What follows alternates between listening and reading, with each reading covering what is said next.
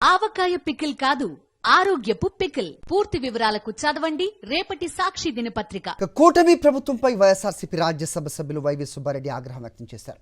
ఈవీఎంలపై అనుమానం ఉందని తాము మొదటి నుంచి చెబుతున్నామన్నారు. ఈవీఎంలపై 2019లో కూడా చంద్రబాబు అనుమానం వ్యక్తం చేసిన విషయం గుర్తు చేశారు. కోర్టులో న్యాయం జరుగుతుందనే నమ్మకంతో తాము పోరాటం చేస్తామని వైవి సుబ్బారెడ్డి తెలిపారు. ఇటు వెలుగొండ ప్రాజెక్టును ఎవరు పూర్తి చేశారు అనేది ప్రజలకు తెలుసన్నారు. వెలుగొండపై ప్రభుత్వం దిగజారుడు వ్యాఖ్యలు చేస్తోందన్నారు వైవి సుబ్బారెడ్డి.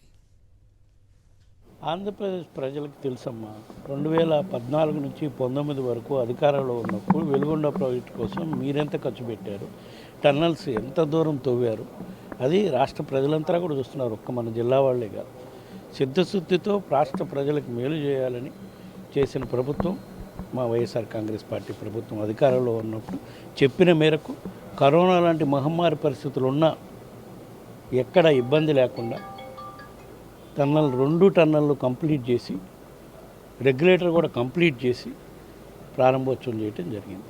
రెగ్యులేటర్ కూడా కంప్లీట్ చేసిన నీళ్లు ఇచ్చే పరిస్థితి ఎందుకు లేదంటే ఆ రోజు కృష్ణా బేసిన్లో నీళ్ళు లేవు. సో కంప్లీట్ అయింది కాబట్టి ప్రాజెక్ట్ ప్రజలకి అందుబాటులోకి తీసుకురావాలని చెప్పి ప్రారంభోత్సవం చేయండి. కంప్లీట్ చేసింది మేము. దానికి స్వర్గీయ రాజశేఖర రెడ్డి గారు పునాది రాయేసి పనులు ప్రారంభిస్తే దాన్ని కంప్లీట్ చేసింది వైఎస్ఆర్ కాంగ్రెస్ పార్టీ ప్రభుత్వము, మా పార్టీ అధినేత జగన్మోహన్ రెడ్డి గారు.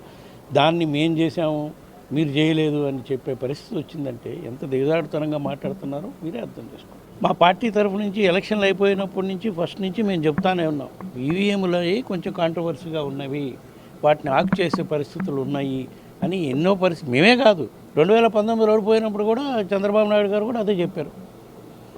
అది రకరకాలుగా వివిధ నియోజకవర్గాల్లో వాళ్ళకుండే నమ్మకాన్ని బట్టి నోట్లు వస్తాయి, ఇంతమంది ప్రజలకు మేలు చేశామని వాళ్ళ నమ్మకం ఉండవు కాబట్టి వాళ్ళు ఛాలెంజ్ చేస్తూ కోర్టులో వేశారు. కోర్టు ఇచ్చిన ఆదేశ ప్రకారం వాళ్ళు కౌంటింగ్ చేసి వీవీప్యాక్స్లో ఉన్న లెక్క వేసి పెట్టమని చెప్తున్నారు.